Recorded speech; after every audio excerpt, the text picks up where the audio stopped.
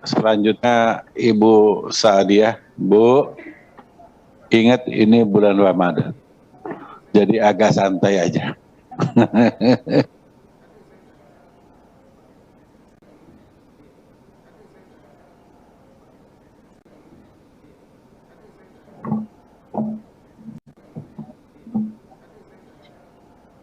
Terima kasih Pak Ketua. Bismillahirrahmanirrahim. Assalamualaikum warahmatullahi wabarakatuh.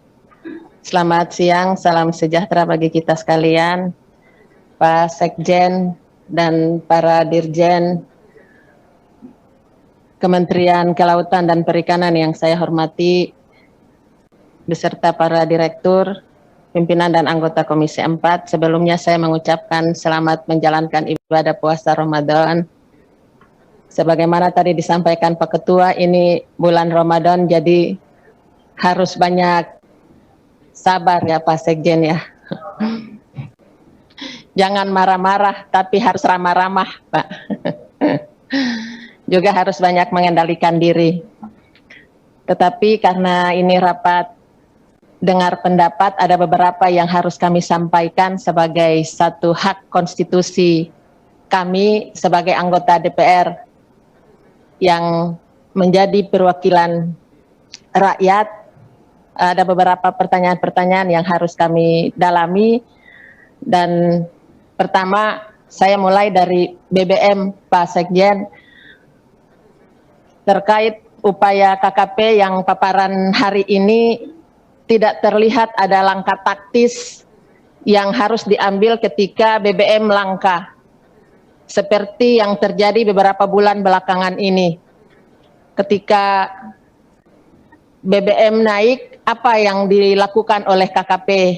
Di beberapa berita sangat ramai, dan juga beberapa kapal-kapal nelayan kita harus istirahat ya di Probolinggo, di beberapa daerah di Jawa yang yang harus keluar melaut karena ditempa harga BBM yang tinggi, ya harus istirahat. Ini saya khawatir dia akan berpengaruh kepada penangkapan ikan yang menjadi salah satu target KKP. Dan yang kedua terkait pengadaan BBM untuk nelayan gitu. Adanya kuota BBM dan pembangunan SPBU nelayan, kebijakan yang bagus, namun harus dibarengi dengan pengawasan yang baik untuk mengurangi praktek jual beli BBM bersubsidi untuk nelayan di luar peruntukannya. Dan juga beberapa daerah-daerah di pesisir yang selalu menyampaikan beberapa permintaan untuk pembangunan SPBU nelayan. Pak Sekjen harap menjadi catatan, misalnya di beberapa daerah-daerah yang punya basis kelautan, basis daerah yang potensi untuk penangkapan ikan ini, tapi kelangkaan soal BBM. Nah, ini menjadi catatan. Yang ketiga, pada rapat kemarin Pak Sekjen dan para Dirjen terkait dengan implementasi Permen KP yang baru dirancang ya, nomor 18 tahun 2021, diharmonisasi sebagaimana yang dijawab oleh Pak Menteri. Begitu, dan di pasal 26 yang saya dalami kemarin menyebutkan bahwa jaring udang hela, ya troll, dibolehkan beroperasi hanya untuk kapal dengan ukuran di atas 30 JT. Pada jalur penangkapan ikan 2 dan 3 di isobat minimal 10 meter di WPP 718. Nah, ada keluhan dari masyarakat kenapa hanya diperbolehkan di atas 30 JT. Bagaimana dengan kapal-kapal di bawah 30 JT? Yang kedua adalah soal bagaimana dengan kapal-kapal di atas 30 JT yang menggunakan alat tangkap troll. Nah, ini tidak boleh terjadi begitu, karena sesuai dengan yang disampaikan Pak Menteri dan Pak Sekjen bahwa kita jadikan konservasi sebagai panglima begitu. Nah, untuk melindungi karang-karang, melindungi masa depan ikan kita dengan penggunaan alat tangkap yang tidak ramah lingkungan, nah ini yang juga harus menjadi catatan. Olehnya itu kami meminta apakah ada hasil investigasi dari Dirjen PSDKP, Pak Adin, dan Dirjen PRL terkait hal ini. Begitu, karena sudah sangat meresahkan nelayan.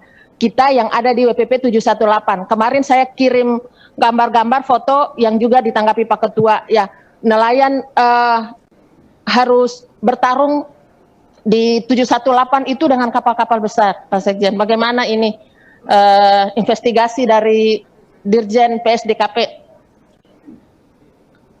Nah, di yang keempat saya langsung saja kepada lumbung ikan nasional, Pak Sekjen. Ya, memang sebagaimana tadi Pak Ansilema katakan, ini karena dia menjadi visi Presiden dalam pada saat pelantikan dulu, menjadikan poros maritim itu sebagai salah satu aspek target besar yang harus didorong, begitu. Kita berdaulat kuat mandiri dengan laut kita, begitu. Tetapi dengan berjalannya waktu, terus terang Pak, kami kenapa marah dan kenapa harus minta terus dari KKP agar orientasi ataupun perencanaan pembangunan anggaran ya jangan hanya di barat lah, begitu Pak. Orientasi harus juga ke daerah-daerah timur yang menjadi basis terbesar potensi perikanan kita. Salah satunya adalah dengan menjadikan daerah-daerah itu sebagai daerah lumbung ikan nasional, dan ini harus menjadi kebijakan. Dia bukan program biasa, yaitu seperti yang disampaikan oleh Presiden, kebijakan lumbung ikan nasional. Maka itu pembangunan Ambon Newport tidak bisa dipisahkan dari lumbung ikan nasional itu sendiri. Dia adalah program yang terintegrasi dengan lumbung ikan nasional. Tidak ada Ambon Newport kalau tidak ada lumbung ikan nasional. Kenapa harus ada Ambon Newport? Dalam penjelasan Pak Menteri, saya ingat betul di sini, di ruang komisi dan pendalaman di FGD di Hotel Ayana, Pak Menteri sampaikan dalam kebijakan penangkapan terukur itu seluruh muara ekspor itu harus dari daerah tangkap. Tetapi pertanyaannya, kalau misalnya zona 03 yang menjadi potensi terbesar untuk penangkapan ikan itu, mau ekspor bagaimana Pak Sekjen? Kalau di sana tidak ada tipe dermaga tipe A, ekspor impor kan harus dari dermaga tipe A. Di Maluku belum ada, begitu, belum ada dermaga pemerintah tipe A. Makanya yang disampaikan akan dibangun dermaga Ambon Newport itu kami dorong agar dia cepat terlaksana. Pertanyaannya, bagaimana koordinasinya lintas kementerian? Regulasi tentang itu kenapa kami harus dorong? Karena dia akan menjadi satu payung hukum cantolan untuk seluruh kementerian ini duduk bersama membicarakan tentang lumbung ikan nasional ini dalam satu payung yang dikoordinir langsung oleh Menko Marves, begitu. Terakhir Pak Ketua, boleh ya Pak Ketua? Ya, iya, makasih Pak Ketua. Terkait dengan bantuan beberapa program, Pak Sekjen, terutama nih Pak Zaini, tolong nih Pak Zaini, ini Dirjen tangkap kita ya Pak Zaini ya. Ini kami ini ya di Komisi 4 nih, saya ingat hampir seluruh anggota komisi itu selalu mengusulkan agar program-program berbasis masyarakat yang mengusulkan beberapa program, misalnya ya jaring bobong, ketinting, rumpong, ya, kemudian juga rumpon Bu, rumpong Pak. Iya, rumpon. Kalau bahasa sini nanti Ibu bilang rumpong, mereka nggak paham. Rumpon ya. Salah Pak. lagi nanti Bu. Iya, rumpon. Rumpong ya Pak. Ya rumpon ya. Dan juga misalnya keramba jaring apung ya, KJA ya Pak TB ya. Ya, nah kita pernah bersepakat Pak Zaini bahwa kapal-kapal misalnya 10 JT yang satu itu bisa dikonversikan menjadi beberapa program yang sesuai dengan kebutuhan masyarakat, begitu. Tetapi kami kesulitan, Pak Ketua mohon maaf, kesulitan berkomunikasi dengan Pak Zaini. Tidak, saya sudah mulai dihubungi Pak Zaini, Pak. Ya, apa harus marah-marah dulu begitu? Mohon maaf Pak Zaini. Dan terakhir saya dengar jawabannya adalah karena itu tidak sesuai dengan kewenangan. Ya, kami ingin ada kejelasan aturannya dari mana. Kewenangan misalnya bantuan-bantuan, misalnya ketinting, jaring bobong, rumpon, bagang, dan lain-lain itu kewenangan provinsi atau kewenangan daerah. Karena di anggaran 2022 hampir tidak ada usulan-usulan dengan nomenklatur itu, padahal ini yang paling dibutuhkan oleh masyarakat. Gitu. Kalau tidak itu bukan kewenangan, 10 JT itu bukan kewenangan pusat juga. Kalau mau merujuk kepada Undang-Undang 23, di atas 30 JT ada kewenangan pusat.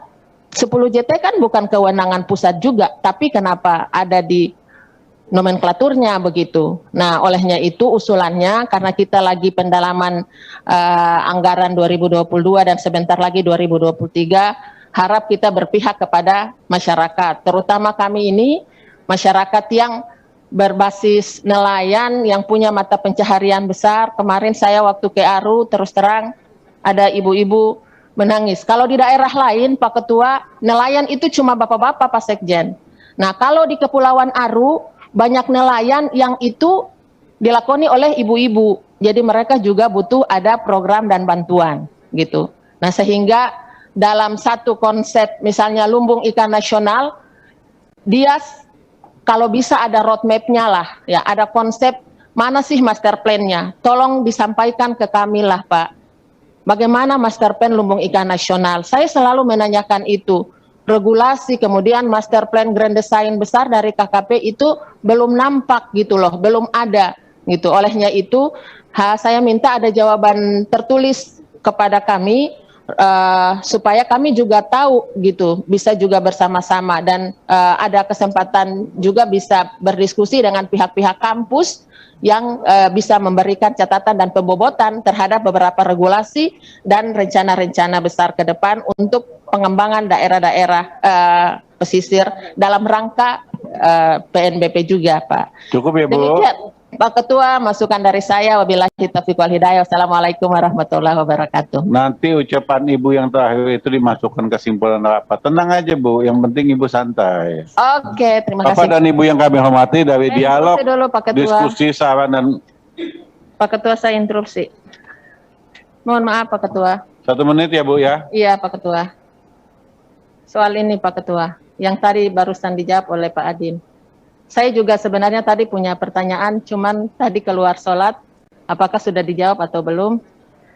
Tapi soal yang ini nih ya, yang lagi viral ini, yaitu bil nelayan yang ditagih 772 juta 142.400 rupiah yang ditangkap tanggal 1 April 2022, baru saja 3 hari kemarin ya. Tadi jawaban dari Pak Adin itu dasar hukumnya Undang-Undang Cipta Kerja ya. Apakah Undang-Undang Cipta Kerja ini sudah ada peraturan operasionalnya, yaitu peraturan menteri, sehingga ini menjadi dasar untuk bapak-bapak itu kemudian langsung kepada nelayan seperti ini. Terus terang ini satu keprihatinan ya.